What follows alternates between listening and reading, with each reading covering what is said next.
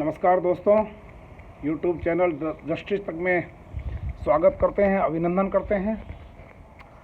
आज हम बाहर बैठे हुए हैं, ऑफिस से बाहर। एनीवे, आप सभी अच्छे होंगे। जहाँ तक एनटीटी के अभ्यर्थियों का प्रश्न है, एनसीटी पर 1,00,000 रुपए की कॉस्ट लग गई है और मैं समझता हूँ अब कोई चारा नहीं है जवाब फाइल करने के अलावा। सो लेट अस होप कि 16 अप्रैल को आप सभी को मुबारक एडवांस में। भगवान की कृपा से ये सब ठीक होगा। रही बात जोधपुर वाले प्रकरण की, जोधपुर वाले प्रकरण में भी अभी फैसला आना बाकी है, तो मैं समझता हूं कि कोई इशू इसमें रहेगा नहीं। कई अभ्यर्थी ये कहते हैं कि एनसीटी और एनसीटीई, फिर वही प्रश्न बार बार, हम कई बार इसको स्पष्ट कर चुके हैं। देखिए, एनसीटीई की जो मान्यता है वो कभी समाप्त नहीं हुई है। एनसीटी पहले भी एक गवर्नमेंट ऑर्गेनाइजेशन थी और आज भी गवर्नमेंट ऑर्गेनाइजेशन है। 1993 के एक्ट के तहत इसका गठन किया गया है। उसके बाद कुछ संशोधन भी हुए हैं और आज भी ये जो प्री नर्सरी टीचर्स हैं, बीएड हैं और अन्य प्रकार की जो संस्थाएं हैं, जिस प्रकार के कोर्सेज चलाती हैं, उनको ये मान्यता प्रदान करती है। और उनकी मान्यता के बाद में जो इंस्टीट्यूट्स 2 वर्षीय या 1 वर्षीय निर्धारित पाठ्यक्रम जो भी रूल्स रेगुलेशंस के अनुसार होता है उसको चलाती हैं, तो वो वैलिड मानी जाती हैं। यदि वो रिकॉग्नाइज नहीं है तो वो वैलिड नहीं मानी जाएगी। ये आप बार बार हम आपको क्लियर कर रहे हैं। रही बात जम्मू कश्मीर और इनकी, भारत एक है। एडवर्टाइजमेंट की कंडीशन में क्लियर लिखा है कि भारत का नागरिक होना चाहिए। यदि आप भारत के नागरिक हैं, आप कहीं पर भी अप्लाई कर सकते हैं, हिंदुस्तान के किसी भी कोने में, आपको कोई रोक नहीं सकता। ये आपका राइट है, ये आपका कॉन्स्टिट्यूशनल राइट है। इसलिए ये तो कोई इशू ही नहीं है। इशू केवल यही है कि आपकी डिग्री जो है वो रिकॉग्नाइज होनी चाहिए एनसीटी से मान्यता प्राप्त संस्था। ये इम्पोर्टेंट है। यदि संस्था ने डिग्री को मान्यता नहीं ले रखी है, देन आई डोंट थिंक कि वो डिग्री जो है वैलिड मानी जाएगी, वो डिप्लोमा जो है वो वैलिड माना जाएगा। इसलिए मैं आपसे बार बार यही आह्वान करूंगा कि आप अपने, जब भी आप एडमिशन्स लेते हैं, आप जो है प्रॉपर जांचें, परखें और उसके बाद ही किसी संस्था में एडमिशन लें कि वो रिकॉग्नाइज है भी या नहीं है, वो मान्यता प्राप्त है या नहीं है। कल को उसका फ्यूचर डार्क में तो नहीं हो जाएगा। जब उसका फ्यूचर ही डार्क में हो जाएगा तो आपकी जो सर्विस है, आपका जो रिक्रूटमेंट प्रोसेस है, वो अपने आप में खतरे में पड़ जाएगा। ये यहाँ पर हो रहा है कई प्रकरणों में। इसलिए हम आपसे इवन फॉर्म भरते वक्त ही आप इस चीज़ का ध्यान रखें। इसी प्रकरण में हम आपको एक चीज़ बताते हैं, एक गाइडेंस देते हैं बल्कि, कि जब आप फॉर्म भरते हैं तो आपकी डेट ऑफ बर्थ है, आपका होम जिला है, आपका निवास मूल निवास है, ये सब की जानकारी, पिता का नाम की स्पेलिंग है, खुद के नाम की स्पेलिंग है, आजकल माता के नाम की भी स्पेलिंग पूछी जाती हैं, तो करेक्ट स्पेलिंग भरें, करेक्ट अपना प्लेस भरें, करेक्ट अपनी परसेंटेज का कैलकुलेशन करें। उसके बाद अभी हमने देखा कि आज अभी एक रेलवे एक कर्मचारी, इन्होंने डिपार्टमेंटल एग्जाम दी, उसमें 100 सवाल थे। अब देखिए, आजकल जो क्वेश्चन आंसर की जो सीट आती है, ओएमआर सीट जिसे बोलते हैं हम, वो ऑब्जेक्टिव टाइप होती है, जिसमें 1 2 3 4 4 ऑप्शन होते हैं। 4 ऑप्शनों में उसने क्या किया, 1 को भर दिया, ठीक है।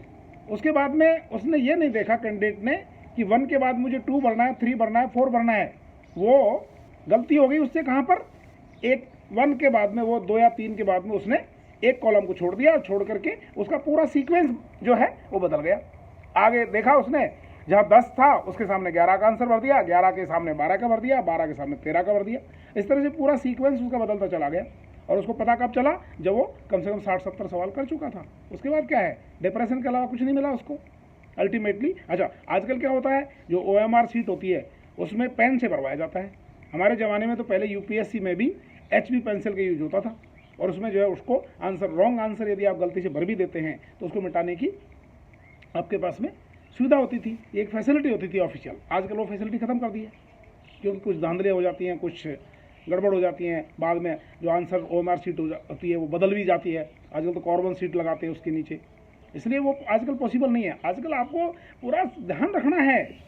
1 के पहले आप देखिए उसका तरीका क्या होता है। यदि आप क्वेश्चन नंबर 1 का आंसर दे रहे हैं तो 1 पहले आप देखिए, इधर की तरफ आपका जो लेफ्ट हैंड होता है उसकी तरफ वो होता है, उसका 1 2 3 4 होता है, और राइट हैंड की तरफ आप जब उसमें देखते हैं तो आपका ABCD मार्किंग होता है, कहीं कहीं 1 2 3 4 भी होते हैं मार्किंग।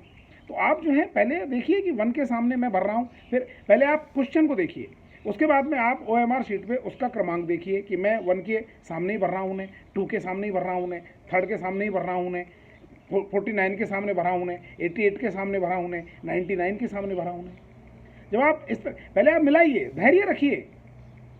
यदि आप धैर्य नहीं रखेंगे और आप अपना पैसेंस खो देंगे, आप जल्दबाजी करेंगे, तो निश्चित रूप से ऐसी गलतियाँ होती हैं। और क्योंकि एक एग्ज़ाम जो होती है साल में एक बार होती है, कई एग्जाम्स तो जो हैं 2-2 3-3 साल में होते हैं। आज RS के कैंडिडेट्स भुगत रहे हैं बेचारे। 2018 की भर्तियाँ जो अभी फाइनल नहीं हो रही हैं, कभी हाई कोर्ट में लोग चले जाते हैं, कभी सुप्रीम कोर्ट में चले जाते हैं। तो ये आजकल एक कॉमन चीज़ हो गई है, क्योंकि लोकतांत्रिक व्यवस्था है, इसलिए किसी को आप रोक भी नहीं सकते। जजमेंट्स आते हैं, उनमें सालों लग जाते हैं। एक कोर्ट यदि फैसला आपके फेवर में दे भी देता है, लोग हाई कोर्ट में चले जाते हैं या सरकार हाई कोर्ट में चले जाती है, उसके बाद सुप्रीम कोर्ट चले जाते हैं। भविष्य तो आप ही का अंधकार में हो रहा है ना। इसलिए आप जो है कम से कम ये गलतियां तो न करें। एक आंसर को देखें, उसका क्वेश्चन नंबर देखें, उसका क्रमांक देखें, और उसके सामने जो सटीक आंसर उसको आप भरें। तो फॉर्म भरने से लेकर के और जब एग्जाम देते हो तब तक आप धैर्य रखें, तसल्ली रखें। कई कंटेस्ट तो जो है आजकल तो रोल नंबर होते हैं, जैसे किसी का रोल नंबर 1 2 3 4 है, अब उसके नीचे आपको गोला भी करना पड़ता है। अब आप गोले को जो है 1 वाले गोले के सामने न करके और 2 वालों में कर दोगे तो आपकी पूरी OMR शीट चेंज हो जाती है, खत्म हो गई।